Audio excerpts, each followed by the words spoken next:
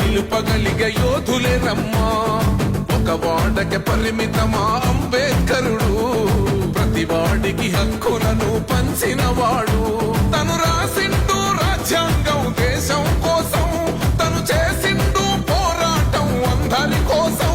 తను రాసిండు రాజ్యాంగం దేశం కోసం, తను చేసిండు పోరాటం అందరి కోసం. చీకటిని తరిమేసి వెలుగైనాడు. జై భీమ్ జై భీమ్ జనగుండె నినాదం, అందరం ఒకటై గెలవాలి సమాజం. జై భీమ్ ఒక యుద్ధ నినాదం అందరి కోసం.